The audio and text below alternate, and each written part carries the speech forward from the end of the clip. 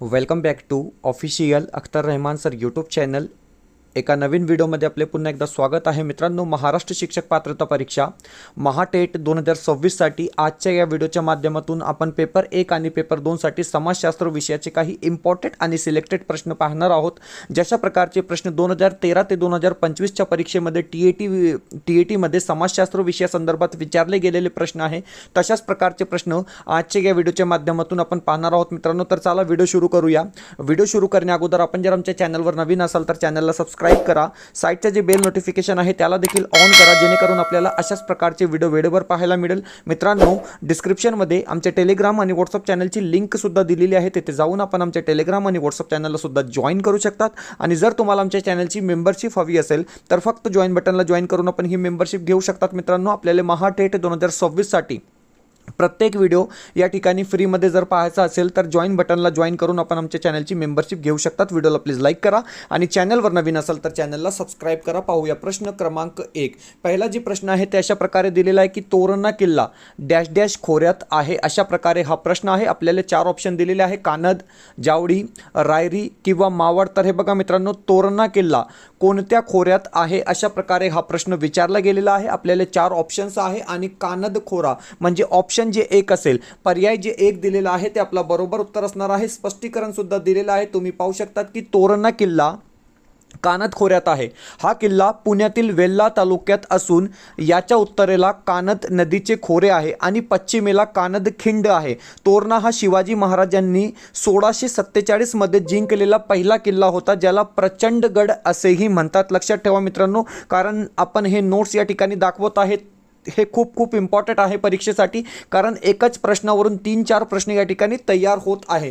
पुढचा जे प्रश्न आहे, प्रश्न क्रमांक 2 दिलेला आहे की सोन्याचे नाणे म्हणजे मोहर तर तांब्याचे नाणे म्हणजे काय. अशा प्रकारे हा सोपा प्रश्न होता. 4 ऑप्शन्स आपल्याला दिलेले आहे: रुपया, दाम, टंका किंवा दिनार. तर बघा, दाम आपला या ठिकाणी बरोबर उत्तर असणार आहे. ऑप्शन जे 2 असेल ते आपला राईट आन्सर राहणार आहे. पुढचा जे प्रश्न आहे, प्रश्न क्रमांक 3.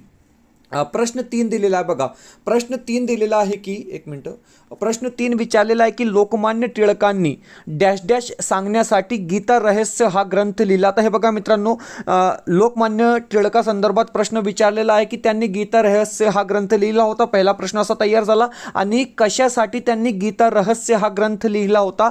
कर्मयोग, ज्ञानयोग, हठयोग किंवा भक्तियोग. तर हे बघा, कर्मयोग म्हटला म्हणजे ऑप्शन जे 1 असेल, पर्याय जे 1 असेल ते आपला योग्य उत्तर असणार आहे. कारण की लोकमान्य टिळकांनी कर्मयोग सांगण्यासाठी गीता रहस्य हा ग्रंथ लिहिला होता. म्हणजे ऑप्शन जे 1 असेल, पर्याय जे 1 दिलेला आहे ते आपला बरोबर उत्तर असणार आहे. प्रश्न क्रमांक 4.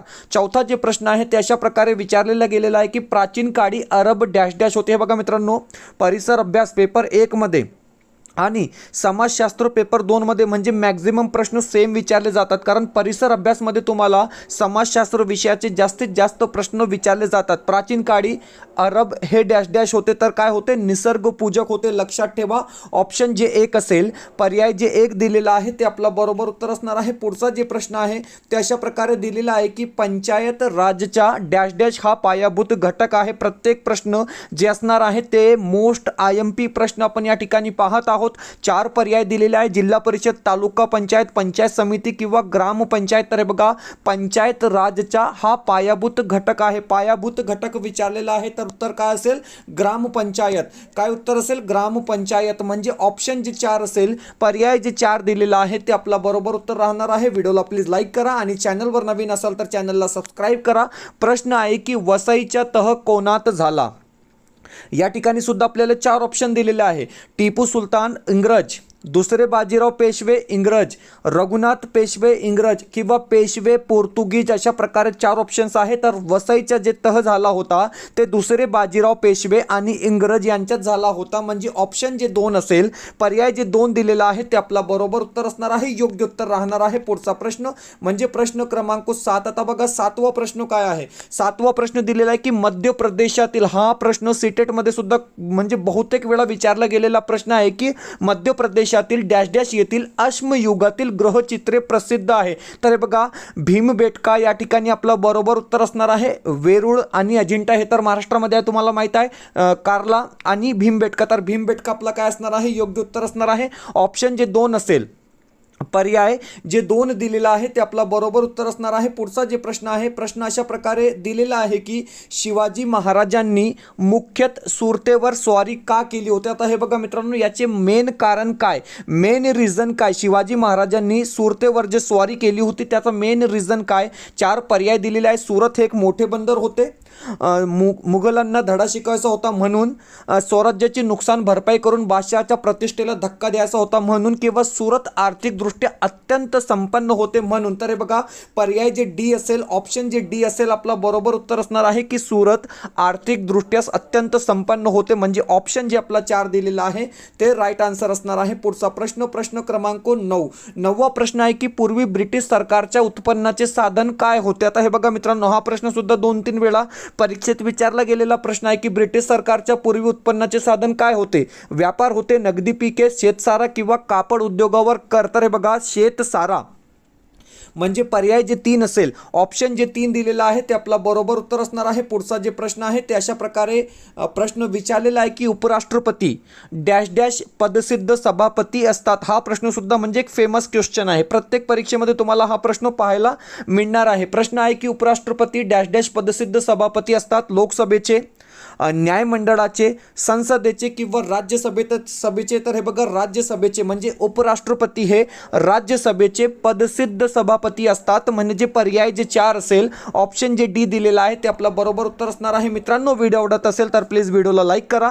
आपण जर आमच्या चॅनलवर नवीन असाल तर चॅनलला सबस्क्राईब करा। डिस्क्रिप्शनमध्ये आमच्या टेलिग्राम आणि व्हॉट्सअप चॅनलची लिंक सुद्धा दिलेली आहे, तिथे जाऊन आपण आमच्या टेलिग्राम आणि व्हॉट्सअप चॅनलला सुद्धा जॉईन करू शकतात। आणि जर तुम्हाला आमच्या चॅनलची मेंबरशिप हवी असेल तर फक्त जॉईन बटनला जॉईन करून आपण ही मेंबरशिप घेऊ शकतात। मित्रांनो, महाराष्ट्र शिक्षक पात्रता परीक्षा महाटेट 2026 साठी तुम्हाला आमचे प्रत्येक व्हिडिओ जे आहे ते फ्रीमध्ये या ठिकाणी पाहायला मिळणार आहे।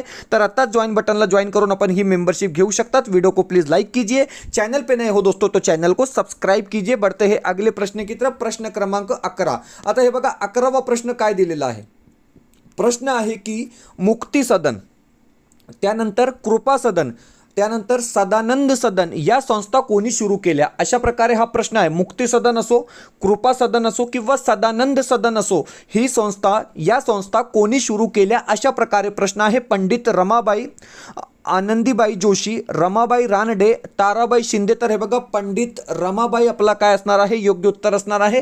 ऑप्शन जे 1 असेल, पर्याय जे 1 दिलेला आहे ते आपला बरोबर उत्तर असणार आहे। पुढचा प्रश्न म्हणजे मेन क्वेश्चन आपण या व्हिडिओमध्ये पाहत आहोत। प्रश्न काय आहे, दंतीदुर्ग झाला, पहिला कृष्णा, तिसरा गोविंद, अमोघवर्ष या राज्यामध्ये काय साम्य होते, अशा प्रकारे हा प्रश्न आहे। तर हे बघा, हे सर्व जन राष्ट्रकूट घराण्यातील होते, म्हणजे पर्याय जे 3 असेल, ऑप्शन जे 3 दिलेला आहे ते आपला बरोबर उत्तर असणार आहे। पर्याय जे 3 असेल ते आपला योग्य उत्तर या ठिकाणी राहणार आहे। पुढचा प्रश्न, प्रश्न क्रमांक 13, 13वा प्रश्न आहे की दारा शुकोहने डॅश डॅश फारसीमध्ये भाषांतर केले। आता हे बघा, दारा शुकोने फारसीमध्ये कशाचे भाषांतर केले, कशाचा ट्रान्सलेट केलेला आहे, अशा प्रकारे प्रश्न आपल्याला विचारलेला आहे। ब्राह्मण ग्रंथाचे, पुराणाचे, उपनिषदांचे किंवा वेदांचे। तर हे बघा, उपनिषद म्हणजे ऑप्शन जे 3 असेल, पर्याय जे 3 दिलेला आहे ते आपला बरोबर उत्तर असणार आहे। ऑप्शन जे 3 असेल ते आपला राईट आन्सर या ठिकाणी राहणार आहे। प्रश्न क्रमांक 14, 14वा प्रश्न आहे की जिंजीचा किल्ला सध्याच्या डॅश डॅश राज्यात आहे। आता हे बघा, जिंजीचा किल्ला कोणत्या राज्यात आहे, अशा प्रकारे प्रश्न विचारलेला आहे। म्हणजे सीटेट मध्ये आपल्याला एका वाक्यात प्रश्न जास्तीत जास्त विचारले जातात। सीटेट में क्या होता है, टीएटी में आपको एक वाक्य में प्रश्न पूछे जाते हैं। सीटेट में क्या होता है कि आपको स्टेटमेंट टाइप वाले क्वेश्चन ज्यादा आते हैं, बड़े क्वेश्चन आते हैं, तो आप वहां पर कंफ्यूज हो जाते हो। लेकिन टीएटी में वैसा नहीं होता है।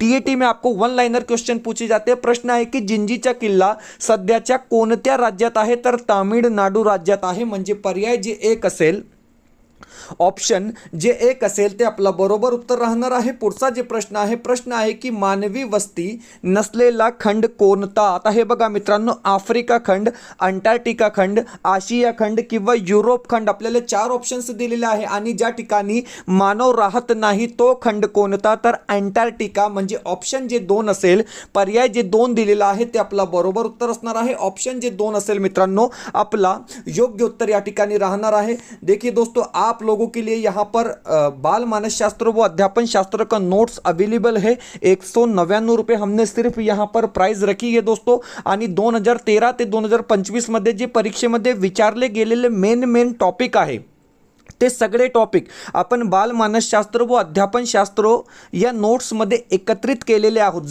जरी तुम्ही हिंदी माध्यम ने पेपर देत असाल, अगर आपकी पहली भाषा एक हिंदी हो, मैं आपको बार बार बताता हूँ कि आपका सारा का सारा पेपर फिर भी मराठी में होगा, तर हे जे नोट्स आहे बाल मानसशास्त्र व अध्यापनशास्त्र हे मराठीमध्ये तुम्हाला या ठिकाणी नोट्स मिळणार आहे 199 मध्ये। आणि टोटल इम्पॉर्टंट पॉईंट आपण काय आहे या नोट्समध्ये एकत्रित केलेले आहे। स्क्रीनमध्ये एक व्हॉट्सअप नंबर दिलेला आहे मित्रांनो, या नंबरवर व्हॉट्सअप करून तुम्ही हे परचेस करू शकता। सिंपली व्हॉट्सअपमध्ये हाय करा, तुम्हाला एक स्कॅनर दिला जाईल, त्यावर पेमेंट करून फक्त स्क्रीनशॉट पाठवा, म्हणजे लगेच तुम्हाला हे नोट्स या ठिकाणी मिळणार आहे। आणि परीक्षेसाठी आणि तुमच्यासाठी महाटेट 2026 साठी मोस्ट इम्पॉर्टंट हे नोट्स या ठिकाणी असणार आहे बाल मानसशास्त्र व अध्यापनशास्त्र विषयासंदर्भात। तर स्क्रीनमध्ये एक व्हॉट्सअप नंबर दिलेला आहे, या नंबरवर व्हॉट्सअप करून तुम्ही हे परचेस करू शकतात। पाहूया पुढचा प्रश्न क्रमांक 16वा प्रश्न बघा। आता 16वा जे प्रश्न आहे ते अशा प्रकारे विचारलेला आहे की 1857च्या उठावानंतर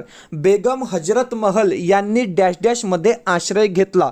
आता 4 ऑप्शन्स आहे, रंगून, मंडाले, कानपूर किंवा नेपाळ। तर हे बघा 1857च्या उठावानंतर बेगम हजरत महल यांनी नेपाळ या ठिकाणी आश्रय घेतला होता। म्हणजे ऑप्शन जे 4 असेल, पर्याय जे 4 दिलेला आहे ते आपला योग्य उत्तर राहणार आहे। पुढचा जे प्रश्न आहे ते अशा प्रकारे आहे की पृथ्वीच्या पृष्ठभागावरील सर्वात मोठे अक्षवृत्त कोणते? अशा प्रकारे हा प्रश्न आपल्याला विचारलेला आहे। 4 ऑप्शन्स दिलेले आहे, रेखावृत्त, वृत्तवृत्त, विश्ववृत्त किंवा प्रकाशवृत्त। अशा प्रकारे आपल्याला 4 ऑप्शन्स आहेत। तर लक्षात ठेवा की पृथ्वीच्या पृष्ठभागावरील सर्वात मोठे जे अक्षवृत्त आहे मित्रांनो ते असणार आहे विश्ववृत्त। म्हणजे ऑप्शन जे 3 असेल, पर्याय जे 3 दिलेला आहे ते आपला राईट आन्सर या ठिकाणी राहणार आहे। पुढचा जे प्रश्न आहे, प्रश्न अशा प्रकारे विचारलेला आहे की भारतीय निमलष्करी दलात पुढीलपैकी कोणाचा समावेश होत नाही? आता हे बघा मित्रांनो, होत नाही अशा प्रकारे हा प्रश्न विचारलेला आहे। तर हे बघा तटरक्षक दल, जलद कृती दल आणि सीमा सुरक्षा दल या तिघींचा समावेश जे आहे ते निमलष्करी दलात केला जातो, परंतु गृहरक्षक दल यांचा समावेश यात होत नाही। म्हणजे ऑप्शन जे 1 असेल, पर्याय जे 1 दिलेला आहे ते आपला बरोबर उत्तर राहणार आहे। पुढचा जे प्रश्न आहे, प्रश्न क्रमांक 19 व प्रश्न आहे की ऑस्ट्रेलियातील गौताळ प्रदेश डॅश डॅश नावाने ओळखला जातो। आता हे बघा मित्रांनो, ऑस्ट्रेलियातील जे गौताळ प्रदेश आहे ते कोणत्या नावाने ओळखला जातो? अशा प्रकारे हा प्रश्न विचारलेला आहे। प्रेरी, होल्ड, डाउन्स किंवा पंपाज अशा प्रकारे आपल्याला 4 ऑप्शन्स दिलेले आहे। आणि डाउन्स म्हणजे ऑप्शन जे 2 असेल, पर्याय जे 2 दिलेला आहे ते आपला बरोबर उत्तर राहणार आहे। पुढचा प्रश्न क्रमांक 20 आहे की अंदमान निकोबार बेटाची राजधानी डॅश डॅश आहे। आता हे बघा, अंदमान आणि निकोबार या बेटाची राजधानी काय आहे? अशा प्रकारे हा प्रश्न विचारलेला आहे।